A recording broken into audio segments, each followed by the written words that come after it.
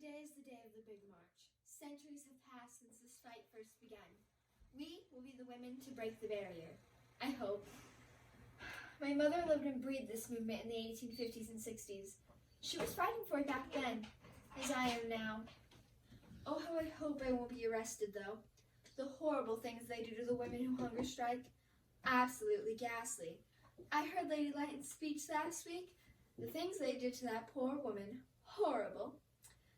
No more bad thoughts. I must look my best because of the way those anti-suffragists paint us. I saw those postcards and almost died of fright. Just about ready. Out the door for me. Wait, I forgot my hat and banners. Silly me, this is my first march and I'm already messing up. Oh, let's make sure that this goes on straight.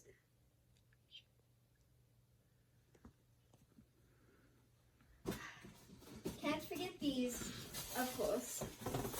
I'm glad I decided to walk today. It's such a wonderful day outside.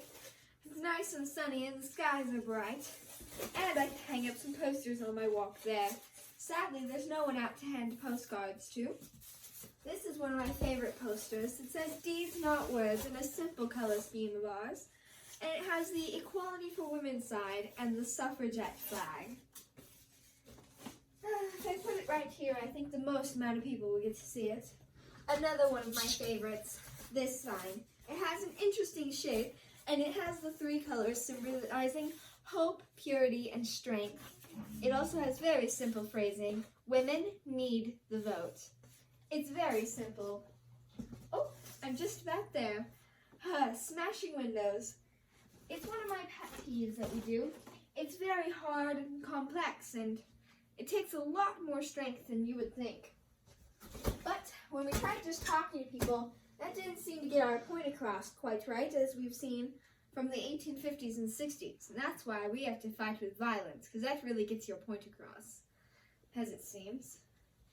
1912, with the window smashing for the Parliamentary Franchise Bill. It's been years since my first march, and yet with this bill falling through, I will smash windows again. 4 years of hard work, and yet nothing. No progress. This bill would have allowed women into Parliament. This bill would be a huge stride forward. But they keep denying us and arresting us for our protests. My husband has been accepted into Parliament. Thank God. I'm hoping he's fighting for us, and I'm hoping that he'll succeed. The march is right outside today, luckily. I wish that I could see the end of this fight. I wish that I felt that in the near future, that it was near, but I don't. In the year 2012, 100 years later, I imagine people still fighting, because men are never going to give us the right to vote. Voting is a sign of power, and I feel for the women in the future who will have to deal with this long, grueling fight. I hope my granddaughters don't have to go through this. This fight is perilous, and it never ends. 1919. Nancy Astor just got accepted into Parliament. Everyone is still voting and celebrating. Well, the few of us that can vote, of course. I cannot, even though I'm married and 31. I don't have enough property to vote. It's such a silly rule. At least we have made some progress. I mean, a woman's in Parliament, for heaven's sake. But there's still more progress to go. I require more freedoms.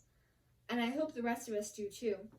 I mean, I'm happy that we've made some progress, but it still hinges on us being married and stabilized by a man. It's such a stupid rule. We have to have a bunch of property. We have to be of a certain, very old age, at least after we've had children, and we have to be married. It's so unfair when men get to vote at the age of 21. And even earlier if they're in the army. 18, for goodness sake. They're still children. It's so stupid. I believe that we well-educated, high-class women should have the right to vote over uneducated boys.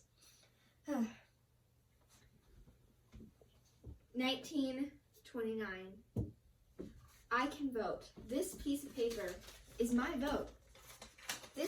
paper shows me that I am valid, that I have power to choose who represents me. After 22 long years of fighting, I can vote. I remember when I couldn't even imagine seeing this day, and yet, here it is. It's right over there. My right to vote, the vote I fought for, the vote my friends, people I know got arrested for, the vote my mother fought for back in the day. It's right there. It's right there. I broke the barrier. Done. We're done. Thank